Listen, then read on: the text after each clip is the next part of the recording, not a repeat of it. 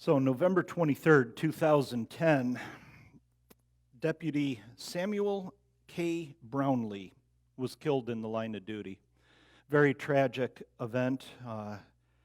Doing what should have been a routine traffic stop, he was shot by a gangbanger and died in Colorado. This is where this happened. And he left behind two boys he was very close with. He loved his two sons. They did a lot together. And his boys were named Tanner and Chase.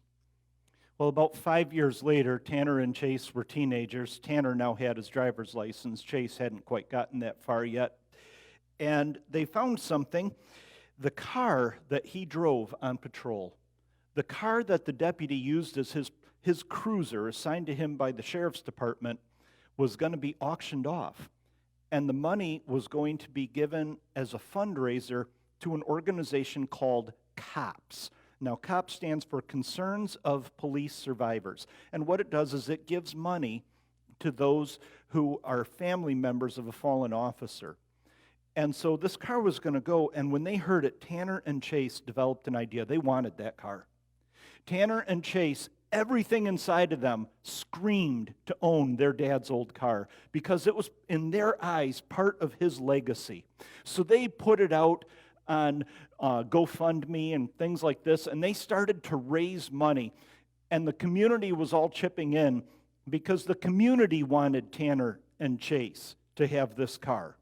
And so they come to the day of the auction, and it is an exciting day. And everyone is like, yeah, we're not going to bid against Tanner and Chase. Everyone except one guy. There was a farmer who had never met them, a farmer who didn't know them, and his name was Steve Wells. And Tanner and Chase give the opening bid, and Steve gives the second. So Tanner and Chase, they up the bid, and so does he. And pretty soon this starts to become a battle in their eyes. They have an enemy. This man who they've never met is keeping them from their dad's car. And the money starts to go up. The money starts to go up. This car is valued at $12,500 for the sake of the auction. They've blown way past that. And soon the boys run out of money. Now others are getting angry because they want the boys to have this car. So others start chipping in. And the car keeps going up in value. And Steve Wells will not give up. He is bound and determined to win that car. And he crushes every bit of opposition till that car hits $60,000. And finally the gavel comes down. It's pronounced as sold. And the boys are crushed. They didn't get that car. Tanner took it particularly hard. This was in many ways his idea, his baby. Tanner wanted his dad's car so much. Can you imagine how he felt every time he saw that bidding card raise in Steve Wells' hand? Could you imagine the anger that he was building inside for this man who was taking away his dream? Can you imagine the pain that he felt as he watches the deputies come over and present the keys to Steve Wells, to the car that he had so badly coveted? The car that in his eyes was connected to his dad. Put yourself in Tanner's spot for a moment. And then keep yourself in Tanner's spot as you imagine this. Steve Wells gets those keys, and he walks over, and he puts them in Tanner's hands, and he says, "Take care of your father's car, son. Take good care of it. It's yours now." All this anger that had been building up, all this frustration growing throughout this entire auction process begins to melt away. And all of a sudden he realizes this person who moments before had been his opponent, his enemy, was actually a true friend. And they embraced and they hugged each other. And Tanner drove away in that car. Isn't it sometimes the same in our spiritual lives? Don't we have God doing things for us, caring for us, trying to reach out to us, and we're fighting against him, thinking he's an enemy working against us? Don't we in our spiritual lives start to build in our anger at him, thinking he's being uncaring, thinking he's being unkind, and the entire time he is seeking our best. He is seeking what we need, what will touch us and bless us. A few months ago, we addressed anger at God, and we talked about how God's big enough to handle it. God is not threatened by our anger. He is not angry at us when we get angry at him. God's a big God, and he's got some strong shoulders. But God hates our anger at him for a different reason, and that it's hurting us. God's not mad at us for being mad at him.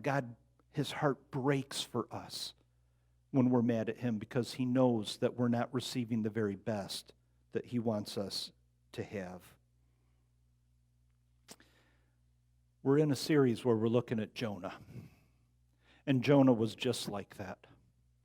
He fought God all the way. And he didn't hurt the Ninevites by fighting God. He fought God all the way, and he didn't hurt God. He fought God all the way, and he hurt himself. And because of Jonah's anger, because of how he pursued all this, he missed so much. He missed God's grace. He missed God's joy. He missed God's purpose and blessings in his life. He missed dearly all that God wanted to give him. So we're going to take a brief look at this today. First, I want to look at how Jonah missed God's grace. And he truly did. Now, last week, let me just kind of remind you where we've been. A couple weeks ago, even before we started the series, we did a character study on Jonah. And we kind of broke it down a little bit that he hated non-Jews. He was a nationalist. He had a lot of pride as a Hebrew. And so when God told him, go to this nation of Nineveh, which we talked about last week, was a very evil nation. They were brutal. They were vicious. They were threatening to destroy his nation where he came from, to kill and enslave the population. Jonah had a hatred for them that by any human standard would be grounded. But God was trying to tell him, let your heart be softened, let your heart be broken, and pray for these people that I can pour good out on them. And Jonah was fighting God on this.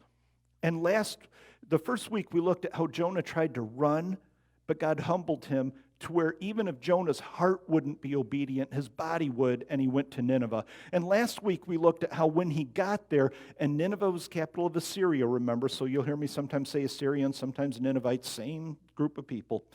When Jonah got there, he gave the absolute minimum because he does not want them healed.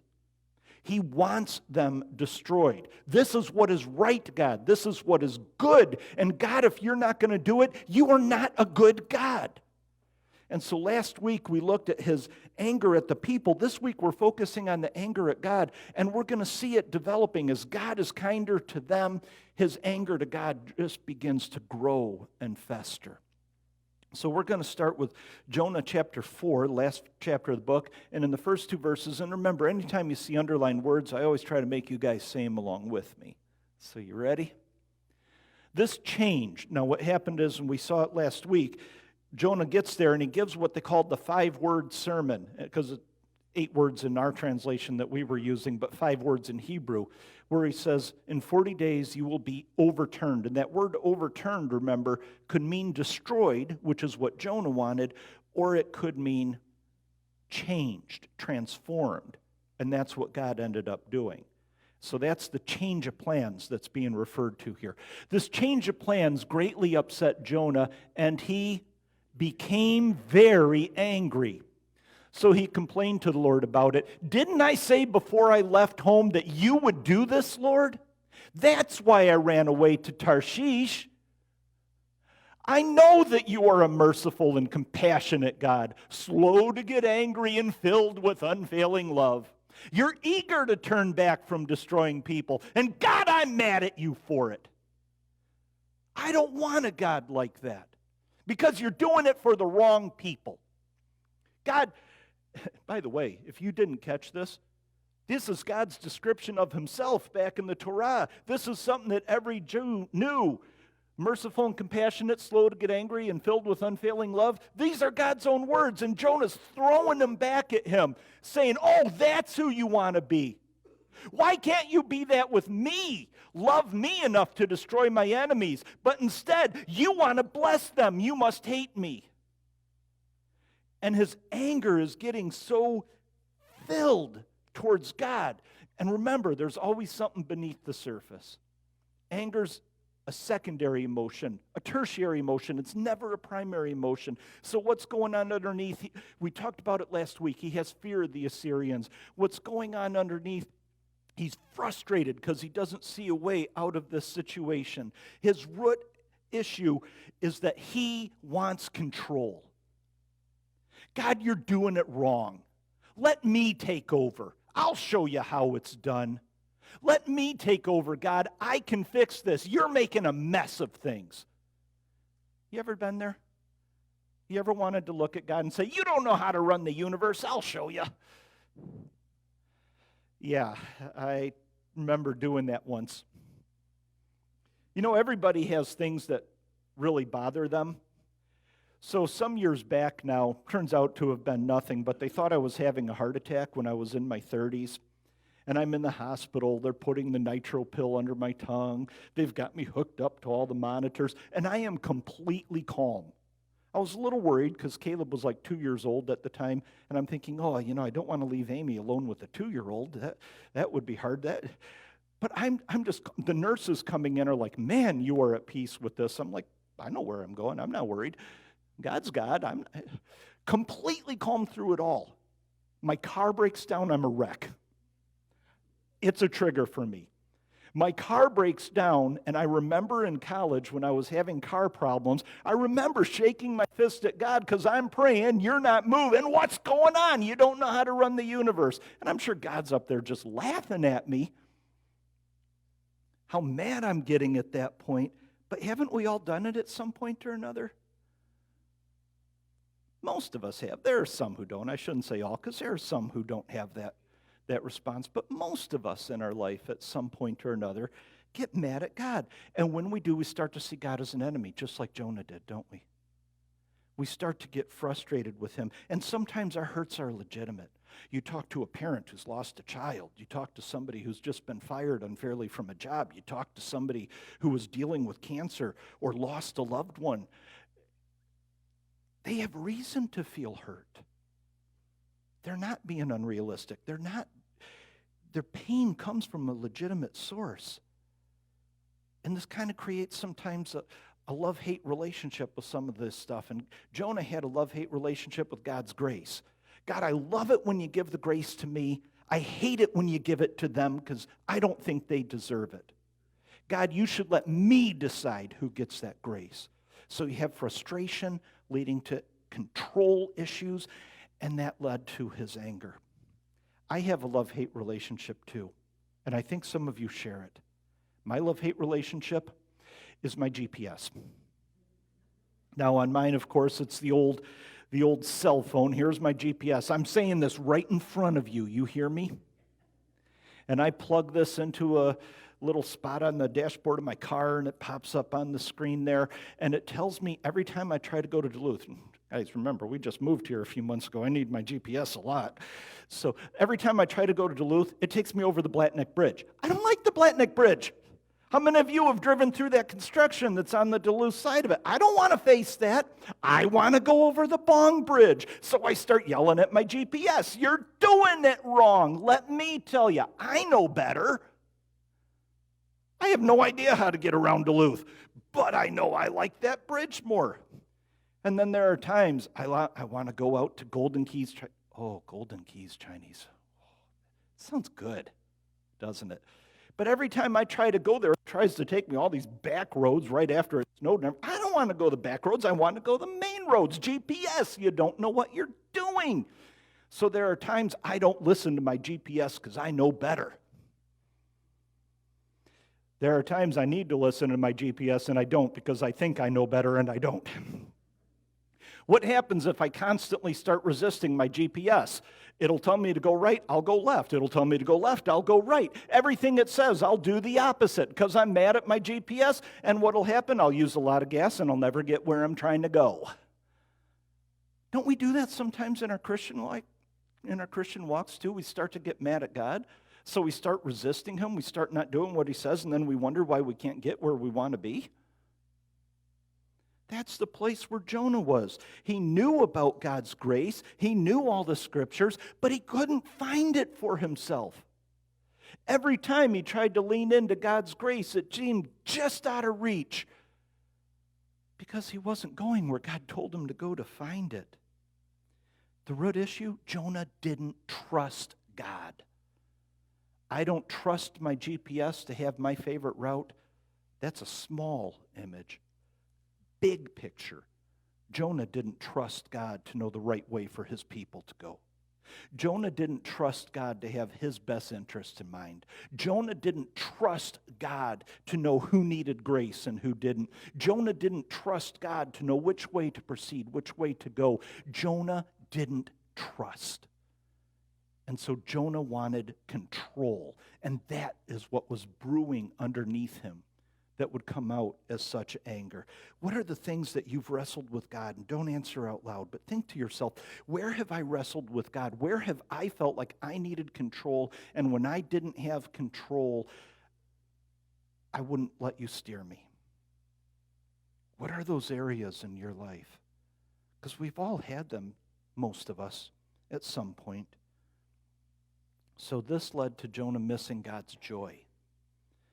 When you're not finding His grace, you're not going to have that building relationship with Him. When you don't have that relationship, you're not going to have the joy that you need. Jonah clearly is depressed in this 4th chapter here. And in the 3rd verse, we really start to see it very strong. Just kill me now, Lord. I'd rather be dead than alive if what I predicted will not happen. Hey, God, listen, let me explain it to you. I'm a prophet. My job performance is based on whether my words come true, you know? God, you're not doing what I said you should do. You're embarrassing me, God. God, you're not doing what I said I should do. I said get rid of that threat, and you're leaving that threat in place. And Jonah was right in one thing, they were a threat. Some years later, in 722, Assyria did destroy his nation of Israel. In 722 BC. So Jonah is fighting this inside of him. And he's wrestling. And the more he wrestles, the more angry he gets, to a point where he starts to become a prisoner of that anger. Now, we have a couple people here who used to live in Africa. They might correct me after the service. We'll find out. But I am told that the African impala can jump 10 feet straight up. I am told they can jump like 20 to 30 foot distance. So if you put an 8-foot chain link fence, you are not going to hold an African impala. They're going to jump right over it. If you put a 4-foot wall, you've trapped them. Now, why would that be? From what I am told, an African impala will not jump if it can't see where its feet will land. When it can't see where its feet will land, it starts to, in some instinct, somewhere deep in its mind, wonder, is there a threat there that I don't know about?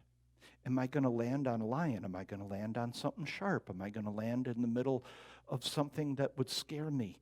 So the impala won't jump if it can't see where it's going. Fear causes it to become a prisoner. Fear and uncertainty. Think about what Jonah's been going through. He's got distrust of where God is at. He's got frustration that he doesn't know how to get what he wants. He's got this building fear of the Assyrians. And all this is stirring and bubbling over as anger. And his anger is turning him into a prisoner because he can't see the path to what he wants. He's struggling. He's wrestling. And he has a way out to this. The impala can jump, but fear holds it back. He's got a way out. Go to God. God can fix this for you, Jonah, but I don't want to. I'm angry at him. I'm holding back, and he is becoming trapped, and he starts to pull himself back so much from God that he won't lean into this relationship that he needs. And how do we know that's true?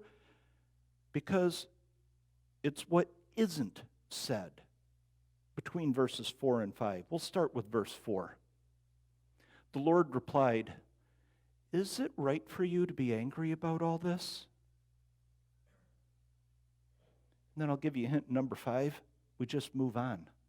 Jonah never answers. Jonah ignores God's question. God says, "Jonah, stop for a moment. Let's talk. Let's process. Let's see where your pain's really from." And Jonah says, "I'm not talking to you right now." God says, "Jonah, come, let me love you. Let me comfort you." "Nope, I don't want your kind of comfort. You give it to them. I don't want it." "Jonah, let me love you." "I don't want your love. Not if you're going to treat me like this. If you won't do things my way, I don't need you."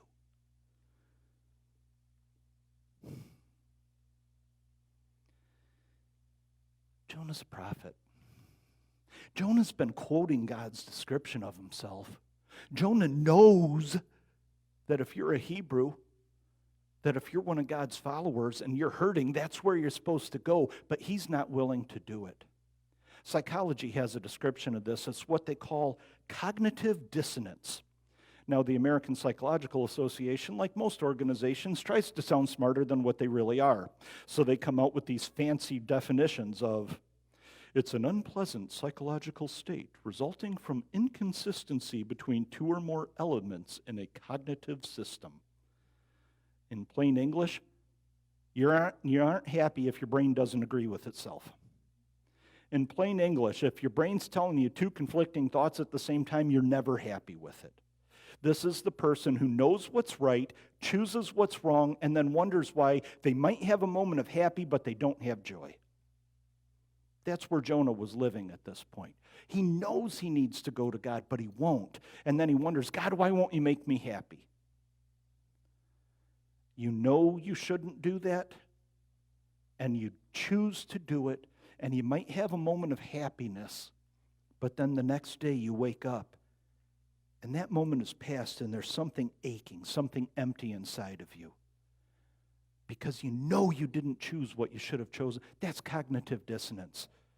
We have another name for it. In church, we call it guilt.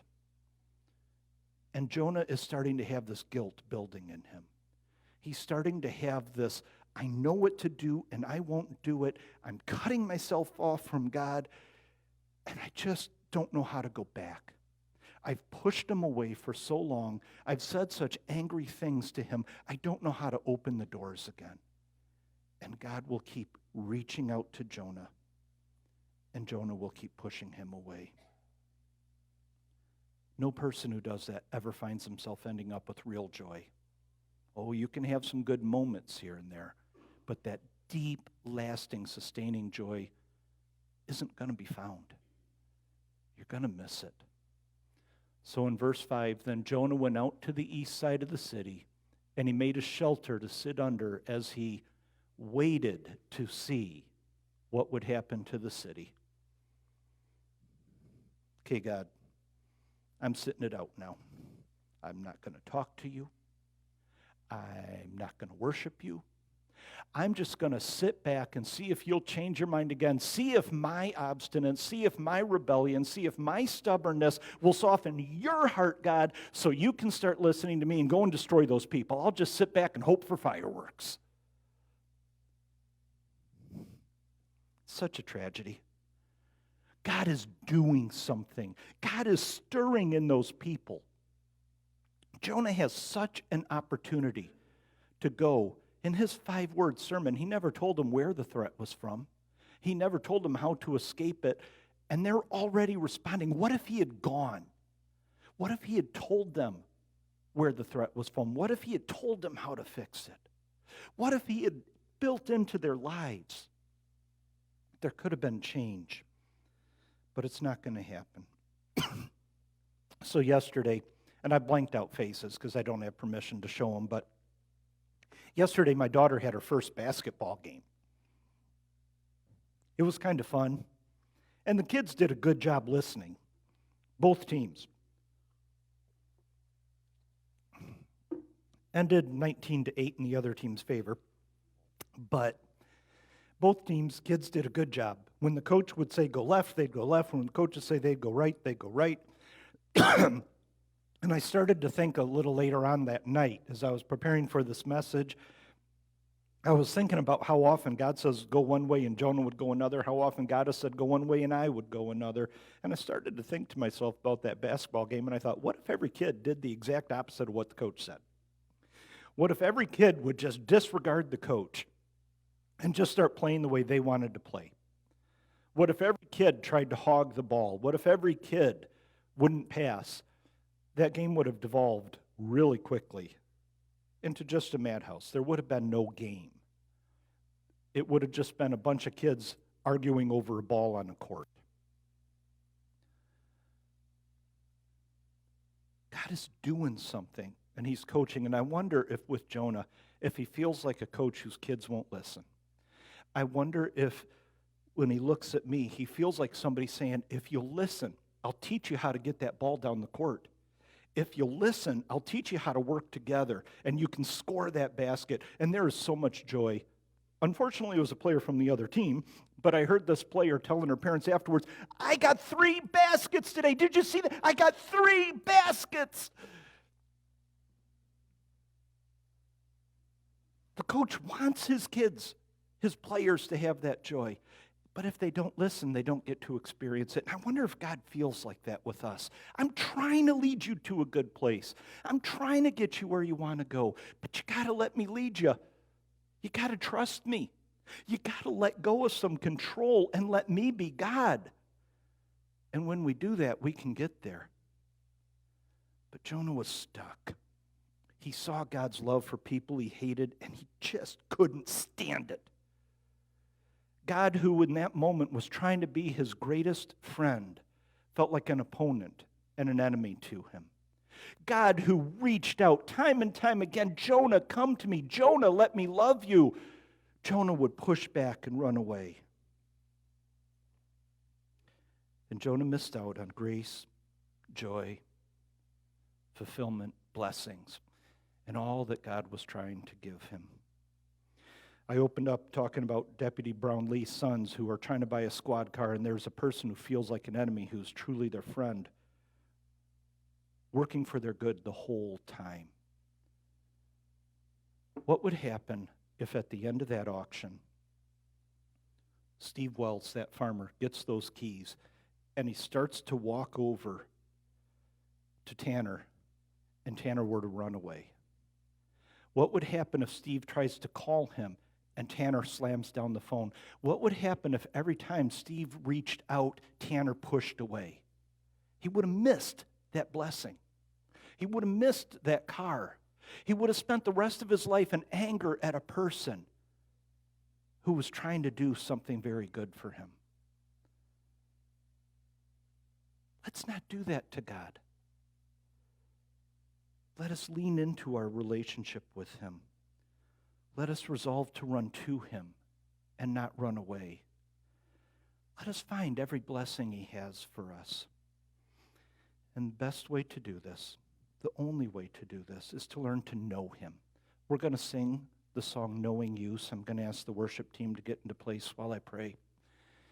And I want you to we can remain in our seats as we do, but just ponder a little bit. Just think, how much am I working? How much effort am I putting in to know God, to know who he is? Let's pray. Father, help us to know you. Father, even when we're angry, let us run towards you, not away.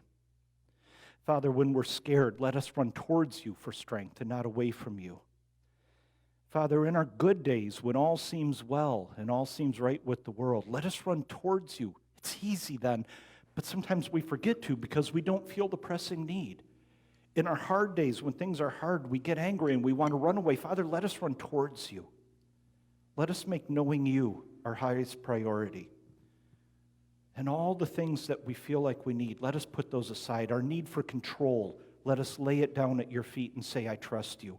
Our need, Father, to have our way, let us lay it down and say, God, we trust you to know what we need. We trust you to know what is good.